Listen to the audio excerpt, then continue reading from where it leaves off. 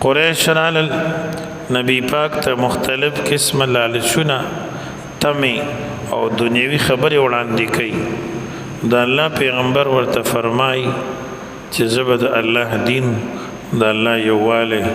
هېڅکله پرې نه دم. قریشو چې وکتل چې ټول تدابیر ناکام دي، مشوره یې وکړله چې زمونږ سردارانو کې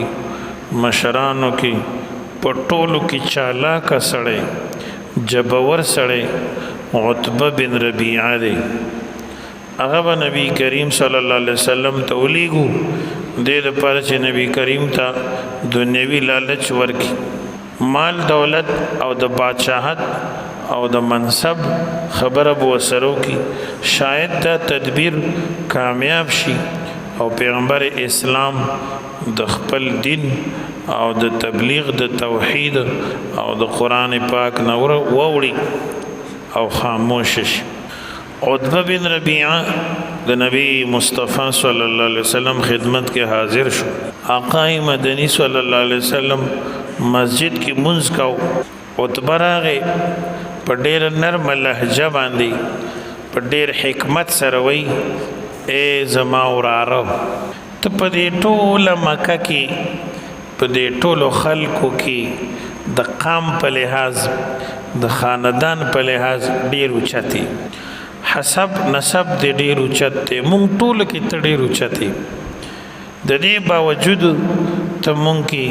او په قوم کې بې اتفاقي راولي، ته زمونږ خدایانو ته بد رد وې او زمونږ مشرانو ته جاهلان وې، ناپویه وې. نو دا نه ده پکار. نن راته د زړه خبره وکړه چې ستا څه مقصد دی. که پیسې غواړي نو واره چې دومره مال به درته جمع کم چې په دې ټوله مکه کې به ته زیات مالدار یې، ستا نه به څوک بل مالداره بیا نه یي. که غواړي چې ته سردار شي، لیډر او مشر شي، نو مونږ ټول ستا مشري منو، مونږ ټولو نه بره به ته مشر یې او ته به زمونږ سردار یې او مونږ ټول به ستا ماتحت یو او ستا د حکم نه بغیر به یو کارم نه کوو. که بادشاهت دی مطلب وي نو مونږ به ته بادشاه کو او زمونږ مشر به بادشاه وي. دې خبرو ته پام لره. او که په تا باندې چېرته غوټه راغلي د پیریانو، نعوذ بالله من ذلک، نو زه به ستا ډېر مضبوط علاج وکړم. په تا چې څومره خرچ کېږي ابه زه وکړمه. دا ته چې کومې خبرې کوې دا خو د پیریانو دي، دا وحي ورته یادي. نو که ته علاج نشي کولی نو زه به تاله یو طبیب یو حکیم وګورم، سیرت ته مغلطايي لیکلي دي، ورته وایي ابه د علاج وکړي. پیغمبر پاک صلی الله علیه وسلم د عتبه بن ربیعه دا خبرې اورېدلې. چې کله دا هغه خبرې پوره شوې، رسول الله صلی الله علیه وسلم مته فرمایل ستا خبرې پوره شوې ویاو وی ښه ما ته غوږ کېده. حامیم تنزیل من الرحمن الرحیم کتاب فصلت آیاته قرآنا عربیا لقوم یعلمون بشیرا ونذیرا فأعرض أكثرهم فهم لا يسمعون وقالوا قلوبنا في أكنة مما تدعونا إليه وفي آذاننا وقر ومن بيننا وبينك حجاب فاعمل إننا عاملون. دا تلاوت د سورة مومنون وتوکل تر دې چې دې تر ورسېده چې که چېرته تاسو دا نه منئ فإن أعرضتم فقد أنذرتكم صاعقة مثل صاعقة عاد وثمود. که قرآن نه اوړئ، قرآن پاک نه منئ، شریعت اسلامی نه منئ، محمد عربي صلی الله علیه وسلم او د کامل او پورا اعلی اوچت ارفع دین نه منئ، شرک کفر نه توبه نو باسئ، نو ما تاسو باندې غاړه خلاصه کړې ده. په تاسو یو تندر را روان دی، د عادیانو سمودیانو غوندې به ملیامیټ شي، ختم به شي. چې ده ولې د عتبه منډه کړه، وتښتېدو او خولې چینګه لاړه، قوم تراغ خلق پتمری چې نن بخامخا دې خبر وروړي ځکه دا خو ډېر چالاک دی د سر خو د خبرو سکونه دی غلی را روان دی خاموش کېناستو وی وایه کنه څه خبر دی راوړی دی هغه ورته وایي د الله په ذات مې دې قسمي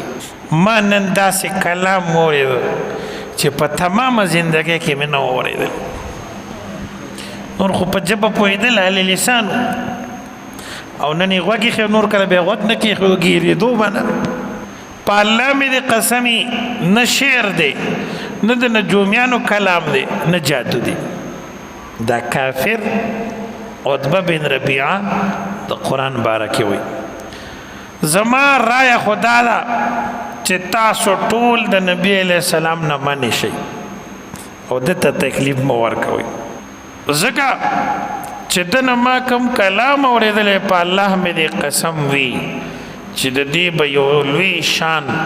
اوس ښکاره کېږي انتظار وکئ زه ستاسو خیرخوا یم ستاسو مشر یم ستاسو ملګری یم زما خبره ومنئ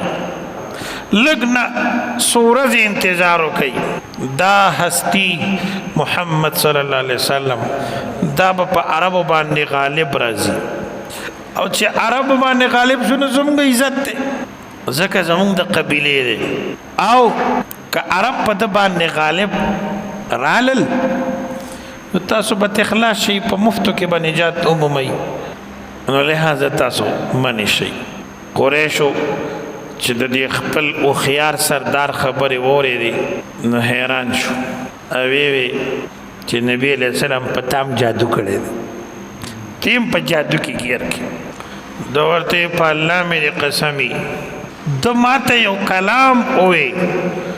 او په دغه وخت کې د ده په دې اوږو باندې دوه اجدهاګانې ځینې روایتو کې زمري راغلي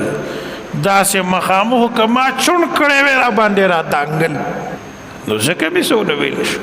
ټولو خاموشي اختیار کړه او دا مجلس برخاست شو د قریش ټولې حیلې په کار نه شوي رسول الله صلی الله علیه وسلم سره صحابه کرامو سره زیاتی ظلمونه کول نبی کریم او داغه ملګرو به دا برداشت کول او دې سره نورم زیات شو حضرت بلال صاحب ته تکلیفونه ورکړه ځکه غریب کمزور او د بل ځای نه راغلی او د مکې باشنده نه نو په هغې وس رسېدو دغه شانتې عمار ابن یاسر رضی الله د هغه مور یې شهیده کړه سمیه رضی الله عنها پلار یې وله مړ کړو سمیه رضی الله عنها اوله شهیده زنانه ده په اسلام کې چې ابو جهل ابن هشام په نازک اندام باندې په نیزه واله او شهید یې کړه د اسلام دپاره صحابه کرامو څومره لوی قربانۍ اوچتې کړي دي نبی کریم څومره تکلیفونه اوچت کړي دي الله دې موږ تاسو کې د صحابه کرامو ادب پیدا کړي